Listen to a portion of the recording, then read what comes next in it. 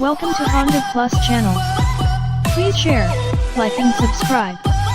Thank you. With a claim to having invented the original mini crossover SUV 10 years before the Nissan Juke emerged, the Honda's HR-V ought to be good, and it is. Attractively designed without being overtly trendy, it's unusually spacious too.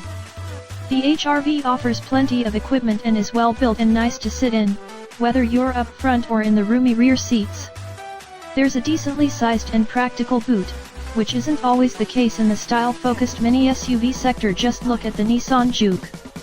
It's not the cheapest in its sector, but an economical pair of petrol and diesel engine options mean running costs will be low, and Honda's reputation for cast-iron reliability is reassuring too. On the road, it performs well, although it's more comfort than sport-orientated, which won't be a bad thing from the family car buyer's perspective. Family owners will also appreciate the Honda Magic seats, which flip up cinema style to significantly increase the load-lugging options.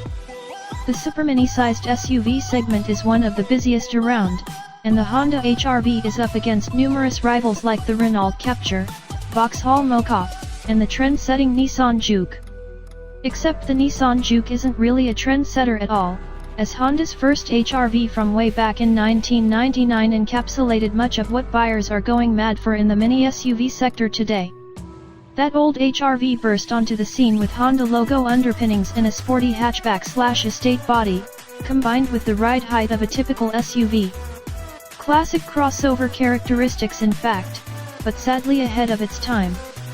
The market wasn't quite ready, and the HR-V was axed in 2005 to 5 years before the Nissan Juke turned up at the Geneva Motor Show in 2010 and turned the SUV scene on its head.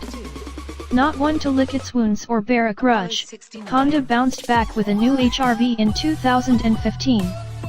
You can buy this latest HR-V in 4 different trims, ranging from the entry-level S, through the SE, SE Navi, and X. All of them are well equipped, and feature climate and cruise control and auto headlamps plus Bluetooth. There's less choice on the engine front though, as the car is only offered with a 128 bhp 1.5-liter IVTEC petrol or a 118 bhp 1.6-liter IDTEC diesel. Petrol-powered HR-Vs have the option of either a 6-speed manual or a new CVT transmission, but the diesel doesn't share the automatic option. There's no 4x4 option either, whichever engine or trim level you pick. The latest version is not as radical to look at as the old HR-V, but it's far more practical.